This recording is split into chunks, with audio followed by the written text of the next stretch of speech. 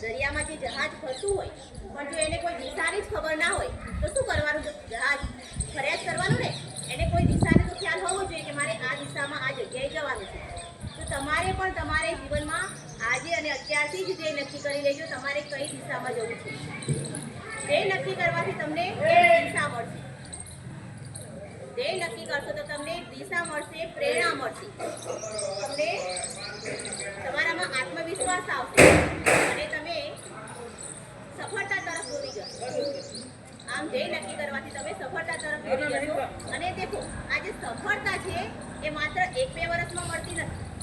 સફળતા મેળવવા માટે તમારે વર્ષોની મહેનત કરવી પડે. ધ્યેય તો આપણે નક્કી કરી લીધું પણ સફળતા પણ મેળવવી પડશે ને.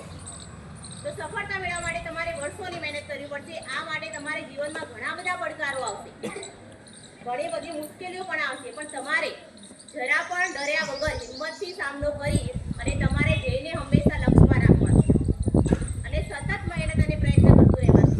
આના માટે તમારે સ્વામી વિવેકાનંદનું એક વાક્ય યાદ રાખવું પડશે: ઉઠો, જાગો અને ધ્યેય પ્રાપ્તિ સુધી મંડ્યા રહો. ઉઠો, જાગો અને ધ્યેય પ્રાપ્તિ સુધી મંડ્યા રહો. તમે જે ધ્યેય નક્કી કર્યું છે તેને લક્ષ્યમાં રાખીને તેને ઉદ્દેશીને તે પ્રમાણે તમારે મહેનત કરતું રહેવાનું છે. અને આમ સતત મહેનત કરવાથી તમને સફળતા ચોક્કસ મળશે.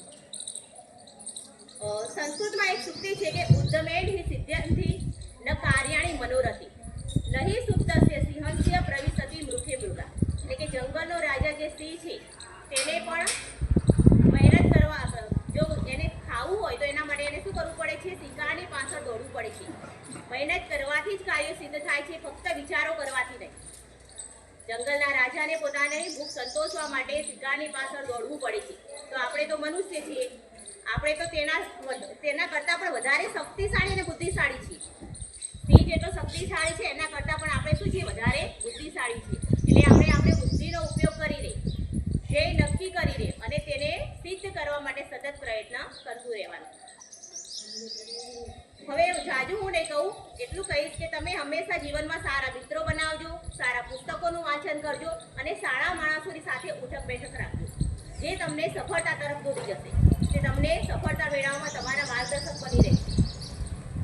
અંતમાં હવે ભગવાનને હું એટલી જ પ્રાર્થના કરું છું કે તમે તમારા ઉજ્જવળ ભવિષ્ય બનાવો, તમારા દરેક સપનાઓ સાકાર થાય. તમે તમારા માતા પિતાનું, આ શાળાનું અને તમારા ગામ અને શહેરનું જ નહીં પણ દેશ અને દુનિયામાં પણ તમારું નામ રોશન કરો, એવી શુભેચ્છા સાથે હું મારા વાતને વિરામ આપું છું.